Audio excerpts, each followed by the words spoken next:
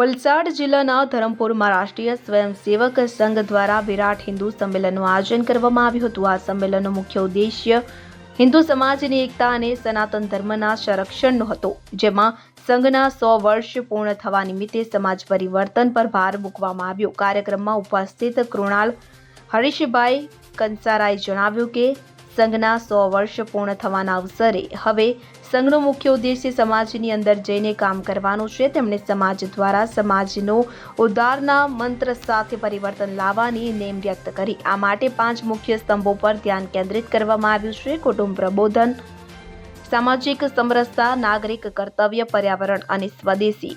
ગુજરાત પ્રાંત સહકાર્યવાહ અખિલેશજી પાંડેએ કુટુંબ પ્રબોધન પર ભાર મૂકતા કહ્યું કે આજના સમયમાં પરિવારના સભ્યો વચ્ચે સંવાદ ઘટ્યો છે। તેમણે માતા પિતાને બાળકો સાથે દિવસમાં એકવાર ભોજન લેવા અને તેમની સાથે મૈત્રીપૂર્ણ વ્યવહાર રાખવા જણાવ્યું, જેથી બાળકો કોઈ પણ ભૂલ કે સમસ્યાની સંકોચ જણાવી શકે। સંમેલનનો મુખ્ય સૂર એ હતો કે હિન્દુ સમાજનું સંગઠન અને સનાતન સંસ્કૃતિનું જતન એ જ આપણી તાકાત છે। પરદેશી સંસ્કારો અને વેશભૂષા છોડીને સ્વદેશી જીવનશૈલી અપનાવવી અનિવાર્ય છે। Bureau report CN24 news. હવે જુઓ દેશ દુનિયાની તમામ ખબરો તમારી આંગળીના ટેરવે।